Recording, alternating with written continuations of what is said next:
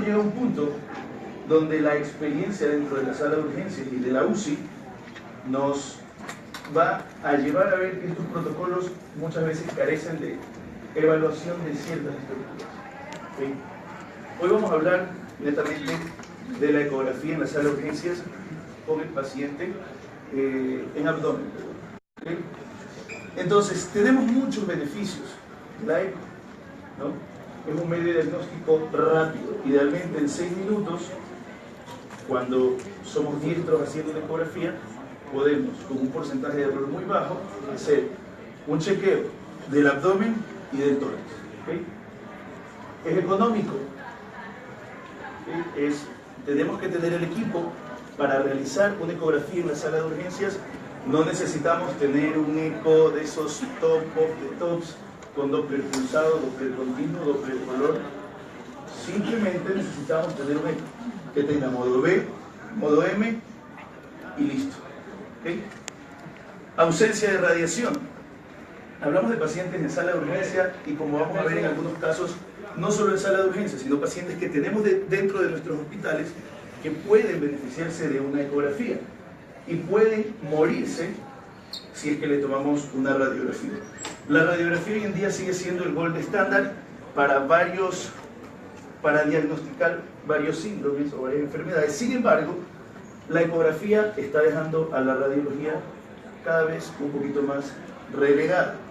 Es un medio no invasivo, dinámico, menos estresante. Esto es algo impresionante. Pacientes que llegan con trauma de tórax, que se están ahogando, disnéicos, taquipnéicos, con un neumotórax a tensión, con un neumotórax masivo, lo que sea, donde uno de nuestro equipo tiene que estar poniéndole una vía, tiene que estar dándole oxígeno con una sonda. El otro médico puede estar con el paciente en cualquier posición realizando una ecografía abdominal y torácica. A pesar de que tengamos protocolos, imposiciones y demás, lo interesante del eco es que este se acomoda al paciente. ¿Okay? Repetitivo. Llegó el paciente caído de altura, se le hace un eco abdominal a lo que llegó, se revisan los cuadrantes, no tiene líquido líquido. Media hora después, vuelvo a chequear, tiene 1/4. Media hora después, vuelvo a chequear, tiene 2/4. Lo he repetido 3 veces, lo he hecho 3 veces en 1 hora. ¿Okay? Y esto es algo que tiene mucho valor. Nos vamos a beneficiar mucho más de esto que estarlo llevando a placas, que hacerle punciones. Y algo importante es que no es necesario ser ecografista. Y esto, para las personas que hacemos ecografía abdominal diagnóstica, es un poco difícil, ¿no? Porque estamos acostumbrados a que si voy a hacer un eco, mido el riñón, veo cómo está la diferenciación corticomedular, busco la adrenal, mido la adrenal, veo el flujo portal, etcétera, etcétera. Pero cuando yo hago una ecografía de emergencia, tengo que intentar no disiparme, no distraerme en este tipo de cosas. ¿Por qué? Porque cada segundo que yo voy a perder intentando interpretar alguna cosa que no sea líquido libre, va a ser tiempo que mi paciente está perdiendo. ¿Okay? Entonces, fíjense este estudio muy interesante, donde se compara el examen clínico, el lavado peritoneal, la tomografía y el FAST. Quiero que se fijen en el FAST. Sensible, veloz y seguro. ¿Okay? ¿Cuál es la variante de este, que es un medio diagnóstico 50-50? Es decir, 50 va a depender del equipo y el otro 50% va a depender del operador. Es un medio diagnóstico operador dependiente. Quiere decir que mientras más experiencia tenga, no el ecografista, sino el clínico de emergencias en realizar esto, con el equipo bien seteado, ¿no? Ganancia, profundidad, zona focal y demás, voy a tener una mejor imagen que se va a traducir en un mejor diagnóstico. ¿Okay? Entonces es importante. Esto es como hacer algún deporte, como jugar al fútbol. Mientras más juego, voy a ser mejor. Bueno, no es mi caso, yo nunca jugué fútbol, siempre fui pésimo. Pero mientras más lo hago, digo, perfecto. Ah, ve. Y como es algo muy práctico, voy descubriendo, oye, para hacer este corte en este perro de tórax profundo, tengo que angular un poquito más acá. Pero para hacerlo en uno con tórax de barril, tengo que angularlo un poquito más hacia el otro lado, ¿no? O sea, son pequeños tips que lo podemos leer en un paper, No es increíble leer papers, pero es más chévere hacerlo y practicarlo, ¿ok? Y la experiencia pues nos va a dar esto de aquí. Entonces, tenemos el TFAST, que de ese vamos a hablar mañana, y no solo del TFAST, sino de ecografía de tórax y de pulmón, y vamos a ver un montón de cosas. Hoy vamos a hablar del AFAST, ¿ok? Entonces, hoy en día está como muy de moda esto del GFAST y de los protocolos y demás, ¿no? Y hay algo que se llama el FAST global, es decir, donde le pasamos el eco a todo nuestro paciente para descubrir si hay alguna cosa. Sin embargo, siendo fieles a las siglas FAST, sabemos que significa Focus Assessment with Sonography for Trauma. Se empezó a usar primero en las unidades de UCI y de emergencias por los 70-80, ¿no? Pero luego también a la T se le dio los nombres de Triage y Tracking, ¿no? Vamos nosotros a hacer un chequeo y vamos a hacer un sistema de triaje y a ver cómo está nuestro paciente y qué es lo que necesita. Tenemos el TIC de tórax y el AQ de abdomen y el FedBlue, que es solo evaluación del pulmón, ¿ok? En el AFAST, los puntos clásicos del AFAST son estos cuatro primeros: el sistocólico, el esplenorenal, el hepatodiafragmático y el hepatorrenal. Sin embargo, la práctica dentro de estos protocolos han indicado que el hepatorrenal es un punto bastante complejo de analizar. Cuando tenemos a nuestro paciente en el cúbito lateral derecho, con todas las vísceras caídas hacia el lado derecho, el riñón derecho está mucho más metido dentro del arco costal, se hace bastante complejo evaluarlo. Entonces, por eso hoy en día todavía no sale, pero va a salir el umbilical. Nos está analizando la posibilidad, nosotros lo hacemos ya, es de ver el umbilical, que es revisar el abdomen medio. Es algo súper fácil.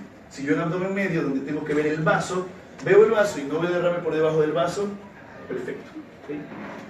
Preferible realizarlo en decúbito lateral derecho. ¿Por qué? Porque es más fácil conectar el electro, es más fácil pinchar, ¿okay? Es decir, hacer una abdominocéntesis y demás. Depilar o no depilar, como ustedes quieran, ¿no? Si tengo un poodle de 12 años con Cushing que tiene 3 pelos, no lo depilo. Pero si llega, no sé, ¿cómo se llama esto? ¿Cuál le gusta a usted? Un Terranova, Ah, chico, ¿qué pasa? Un Akita. Es un Akita con pelaje bien tupido. O sea, créanme que por más alcohol que le pongamos, por más gel que le pongamos al traductor, por más que abramos eso, no, o sea, ahí coges y pegas, ¿ok? Queda a gusto del veterinario, si depilamos o no. Entonces, ¿qué tan beneficioso hacer esto? Increíble. En este estudio de Boysen del 2004, que se realiza en 400 perros atropellados, de estos 400, 397 perros dan positivo a FAST y demuestran que es muy superior al lavado peritoneal diagnóstico, que es algo que se hacía antes para ver qué calidad de líquido tenía. Y hacemos un FAST y pinchamos. Y en base al FAST, en algunas cositas que vamos a ver que no siempre es necesario pinchar, ¿okay? Perritos como este, que vienen con trauma abdominal por proyectiles. Perfecto. Entonces, dijimos que para esto no tenemos que ser ecografistas, entonces vamos a guardar una premisa. Primero, siempre vamos a chequear los cortes longitudinales, ¿okay? Con la marca hacia la cabeza del paciente y en el monitor la marca hacia la izquierda del monitor. Entonces yo sé que cuando vaya hacia la cabeza voy a ver hacia la izquierda. Craneal siempre va a estar hacia la izquierda, ¿okay?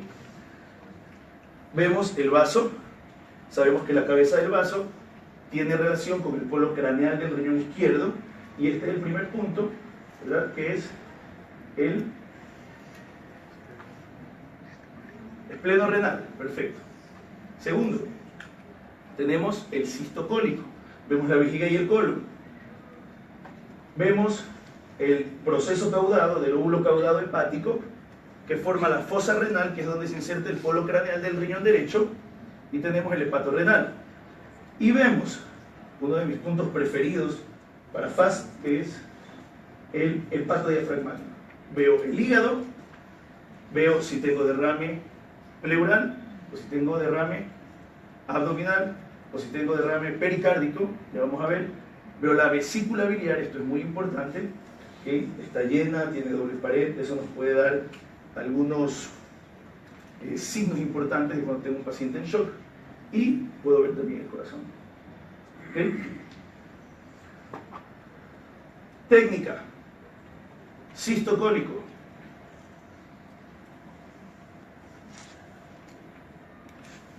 Si es macho, desplazo el pipí hacia arriba.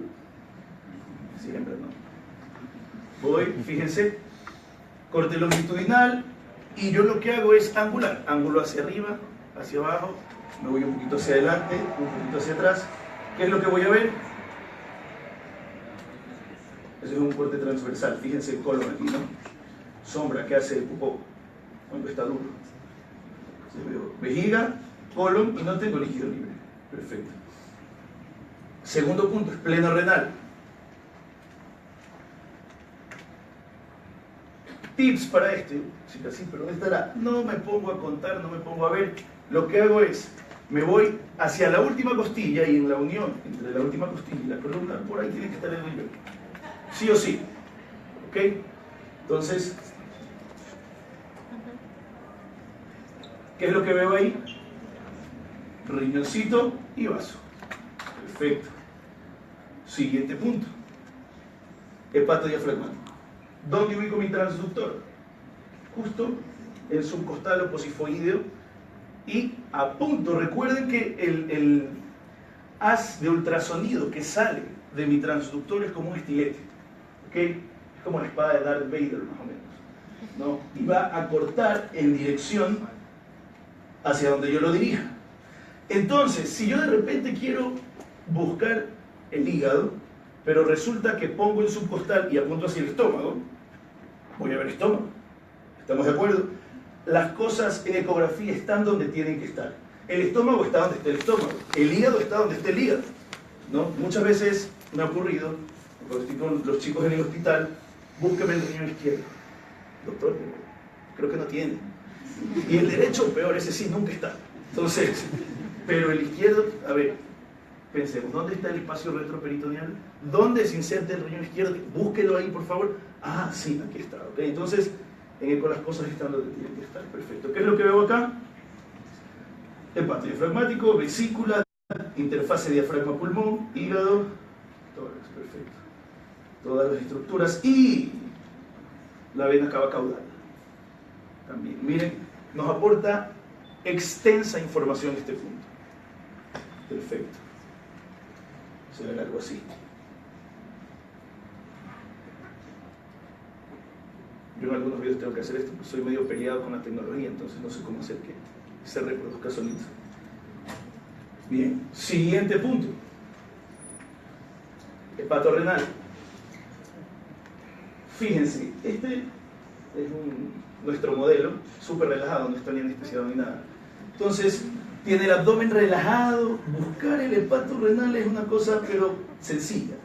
Pero si se me hace difícil, fíjense el movimiento que se hace ahora, del ombligo hacia abajo. Ese es el umbilical. Zona media, ¿ok? Perfecto. ¿Qué es lo que voy a ver aquí? Proceso caudal, lóbulo caudahepático, fosa renal. Perfecto. Fast, safe life. Sí, siempre y cuando el criterio del clínico que está haciendo la ecografía sea el correcto. El eco solito no es la respuesta, sino es la interpretación que nosotros le vamos a dar. Importante para esto, sea un hospital gigante o sea una clínica o un consultorio pequeño, si es que nosotros en nuestro establecimiento tenemos un eco, y si nosotros hacemos emergencias, tenemos que llevar un récord, ¿okay?, de qué es lo que está ocurriendo. Entonces, las hojas que nosotros manejamos son algo así: nombre del paciente, tipo de trauma, importantísimo, ¿es trauma cerrado o es trauma penetrante? ¿Okay? Porque ya vamos a ver las variaciones que pueden haber dentro de la ecografía en esto. Hora en la que se realiza el estudio, y lo único que voy a hacer es marcar con un 1 si es que hay derrame en un punto y con un 0 sin evaluar. Si hay en los 4, tendremos un score de 4 sobre 4, si hay en 2 y en otros no, tengo un score de 2 y listo, ¿no? Vejiga, siempre la chequeamos. ¿Cómo está la vejiga? ¿Distendida o vacía? ¿No? Vena cava caudal.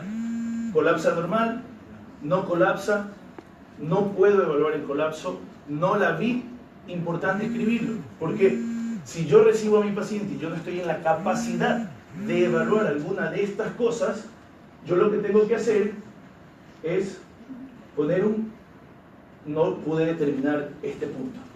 ¿Por qué?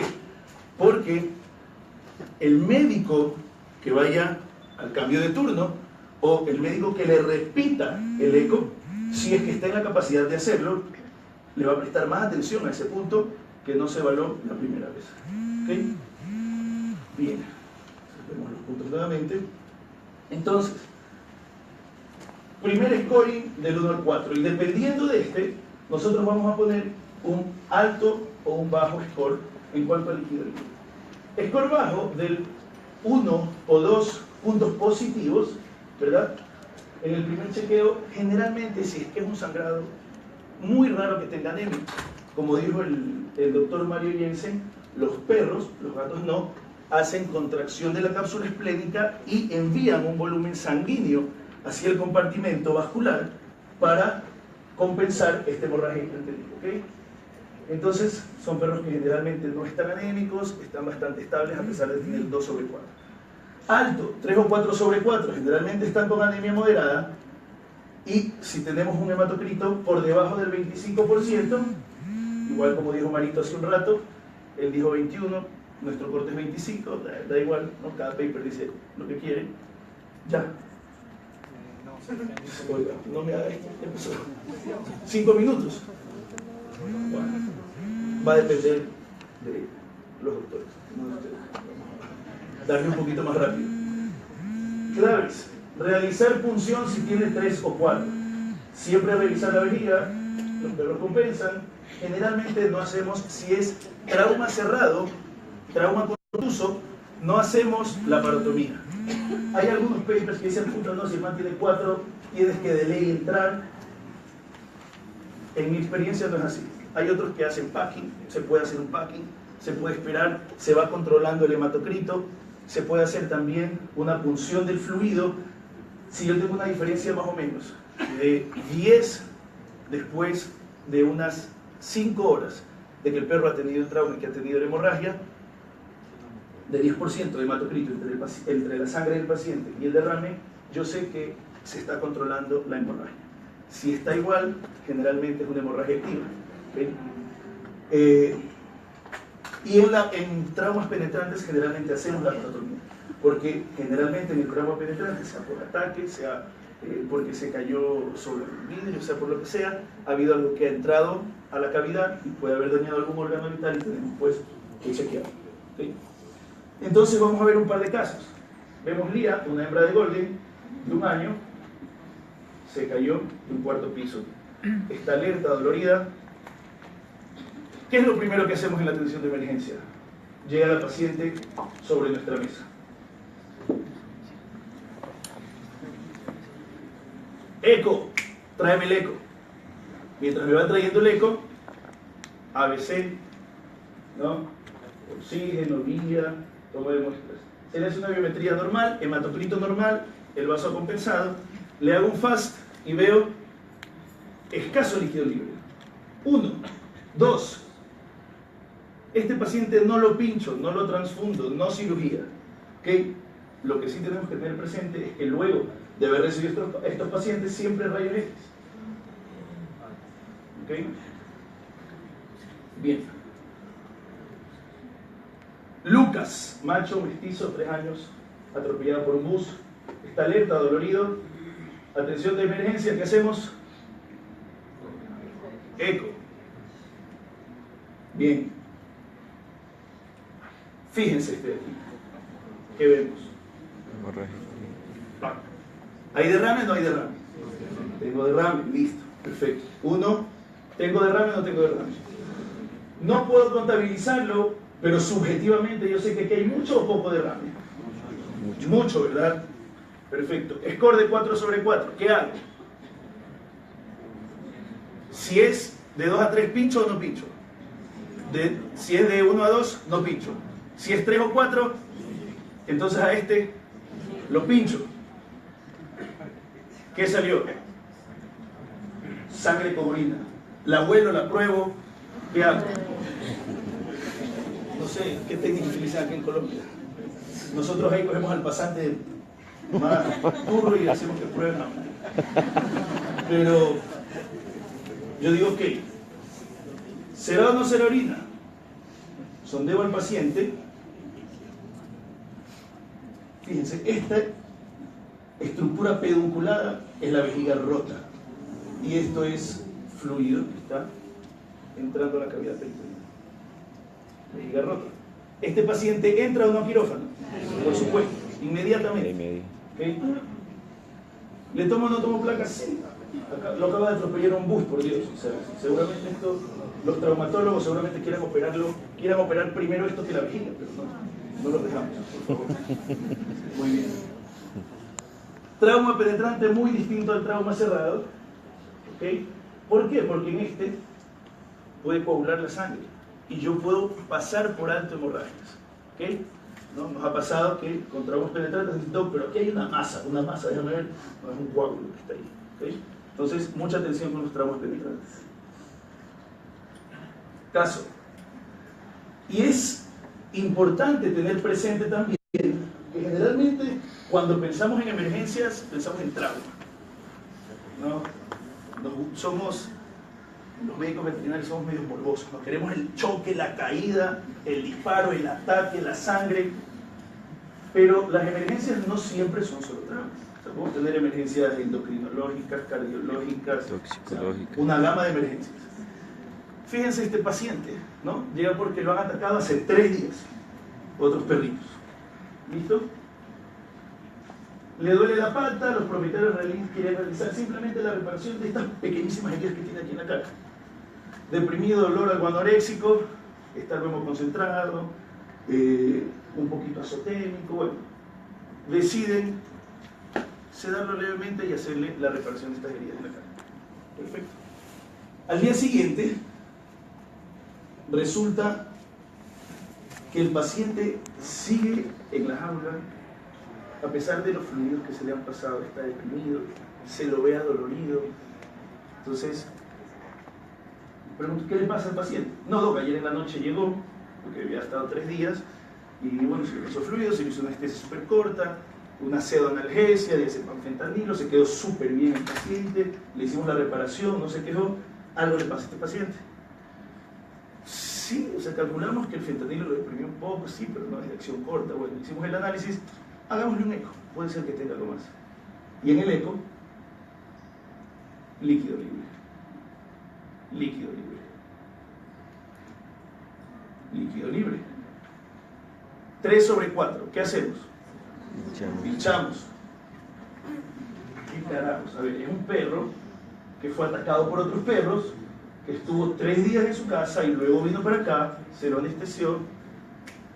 Tiene que haber algo más. Se le hace un acito al derrame, peritonitis. ¿Ok? Señor, ¿qué le pasó a su perrito? Su perrito tiene una peritonitis, está con un derrame importante, dolor abdominal severo. ¿Usted le dio? No, yo no le di ninguna medida. Ah, ok, no le di. Llamamos a la esposa. Señora, usted, o sea, paracetamol de 500, 2 veces. Ok. Había una cantidad extensa de derrame, no pudimos ver por ecografía dónde estaba el defecto, pero sabíamos que tenía peritonitis. Fíjense, una úlcera. Una ahí y 2 más acá. Perforaciones por aires en este plano. ¿Ok? Ya me están botando, me están haciendo sentir súper mal. Ya, vamos a ver un par de casitos más y ya cerramos, ¿ya? Entonces, tenemos MIDI. Este fue un caso de hace 3 semanas, recién lo puse. Una Basset Hound de 12 años y 28 kilos. Llega a la atención de emergencia porque los propietarios la ven jadeando, dolorida, no quiere caminar. Esta paciente ya tiene 2 años con hipertensión arterial pulmonar severa, diagnosticada, tratada con sildenafil y todos los juguetes. Un tumor en el vaso. Antes de que llegue esta paciente, 8 días antes se le había hecho un control, porque es de esos dueños Sabemos que tenemos dueños que no les importa a veces un pepino lo que le pasa al perro, pero tenemos esos dueños que están sobre el perro y los llevan a hacer religiosamente sus controles. Los dueños de este son así. La llevan a Mini, llega igual una noche, me llama el médico de turno, Doc, la paciente está súper taquicárdica, el médico que está en emergencia sabía que tenía un problema cardíaco, me dice, yo creo que está en fibrilación, a alguno le pasa, es el corazón, hay que hacerle un ecocardio, quizás suministrar alguna otra medicina. Puta, le digo, ¿sabes qué? 12:30 de la noche, mándame el electro, taquicardia sinusal, ritmo sinusal, saturando un poco bajo, ¿sabes qué? Podría ser por dolor. El hermano de ella tuvo hernia discal y se quedó parapléjico y estaba en carrito. Entonces, el médico que está en emergencia le toma una placa, le digo, ¿sabes qué? Seguramente esto es por dolor, controlemos, fentanilo, polimodal, disminuyó la frecuencia. Sin embargo, la mañana siguiente se entra al turno, la perrita se veía un poco más estable, le palpa la abdomen, dolor. Esta perra tenía un hemangiosarcoma esplénico. Puede haberse roto el tumor. Se le hace eco. Y en la placa, yo le digo al médico del turno, le digo, oye, yo creo que esta perrita puede tener hemoabdomen. Recuerden que el hemoabdomen es muy doloroso. Y él me dice, Doc, imposible. Le tomé una placa y en la placa no se ve nada. Efectivamente no se ve nada, pero sabemos que bajos volúmenes de derrame peritoneal no van a salir en esta placa. ¿Ok? Eco, vea eso. Derrame peritoneal, derrame peritoneal, derrame peritoneal. 3/4 pincho. Carajo. Biometrías, mismo hematocrito del paciente del derrame abdominal. Descompensado, se le empezó a dar fluidos, se hizo un bloqueo del cuadrado lumbar para mantenerlo en un plano anestésico 2, ¿no? A este paciente, ¿no? Es un bloqueo que se realiza justo en la interfase del cuadrado lumbar y el psoas, donde aportamos gran analgesia al abdomen. Igual es ecodiado, fíjense. El paciente se mantiene despierto y se realiza la esplenectomía con el paciente prácticamente despierto, con reanimación con fluidos, pero no sentía nada. ¿No? Genial. Fíjense esta cochinada.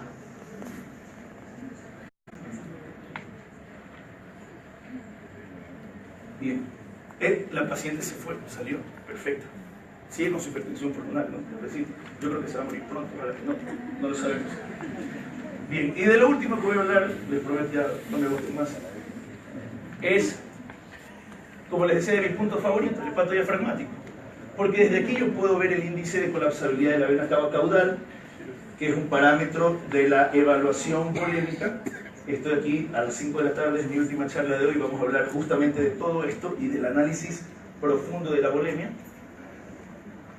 Podemos descubrir a veces cosas que no nos esperamos, como trombos en la vena cava, hepato diafragmático, vena cava, corazón, vesícula biliar. Quiero que se fijen por aquí, va a aparecer. Lo mismo aparece esta cochinada que está aquí. ¿Sí la ven? Aquí. ¿Ok? Y lo veo aquí, modo M. Lo veo acá. Doppler, también lo veo. No, cuando hablamos de EcoFast, estamos hablando ahorita de eco de emergencia, no de eco en UCI. ¿No? Cuando hacemos esto en la UCI, tenemos tiempo de ver ciertos detalles más profundos. Cuando lo hacemos en emergencia, puedo ser subjetivo. Veo esto y digo, a ver, ¿cuánto está colapsando esta vena? Yo necesito hacer mediciones para saber que esta vena cava caudal pasa de esto a esto. Yo necesito medir para decir que tiene un colapso de casi que el 100% y que es un paciente que seguramente sea precarga dependiente. ¿No? Yo veo que colapsa mucho y digo, carajo, o sea, este paciente necesita volumen. Es normal que la cava colapse en inspiración. El paciente inspira, disminuye la presión intratorácica, aumenta súbitamente el retorno venoso y este efecto de succión hace que la cava colapse, pero el colapso tiene que ser un colapso moderado, ¿no? 20%, pero si yo veo una que colapsa, que pasa de esto a esto, no es normal. Tampoco es normal que en inspiración no colapse nada. tengo un aumento de la presión venosa sistémica. O sea, este paciente tiene una deficiencia en el retorno venoso, puede tener una masa en el arterio derecho, un taponamiento cardíaco, o sea, o puede tener un exceso de volumen, un paciente que está en insuficiencia cardíaca. Bien. Y algo que generalmente no lo tenemos en el mapa es diferenciar una reacción de hipersensibilidad versus una de anafilaxia. La hipersensibilidad es súper fácil, te llega el perro ¡pum!, hinchado por todos lados, edema de glotis, edema facial, etc. Pero el que tiene hipersensibilidad te llega así. ¿Okay? ¿Qué nos indica que este perro tuvo una reacción anafiláctica importante? Una vasodilatación, un aumento de la permeabilidad capilar y una hemorragia interna súbita que hizo, ¿no?, que colapse y que tenga, fíjense, derrame por todos lados. Datos: extenso derrame abdominal hemorrágico y engrosamiento de la pared de la vesícula biliar o signo de doble anillo de la pared de la vesícula. ¿Okay? Fíjense estas vesículas, por eso les digo, muy importante chequear vesícula, derrame. Entonces, son pacientes que colapsan súbitamente, jóvenes o viejos. Si es uno viejo, generalmente esto es muy confuso. Y el dueño te dice, así sabes que el perrito salió al parque, pero de repente se cayó, colapsó. Y uno siempre va a pensar, ¿qué habrá pasado? O tiene algún problema cardíaco, o es un síncope, no, nos vamos por ahí. Pero ¿qué tal que tuvo una reacción de hipersensibilidad? ¿Okay? Tiempos de coagulación aumentados. Laboratorio, tiempos de coagulación, ALT elevada y colapso. No necesitan ninguna intervención quirúrgica porque no está escapándose sangre por ningún lugar traumatizado, sino lo que tenemos que hacer es transfusión, antihistamínicos, corticoides y heparina. ¿Okay? Tengámoslo siempre dentro del mapa igual. Y recuerden siempre utilizar el hilo. Eso sería todo por ahora.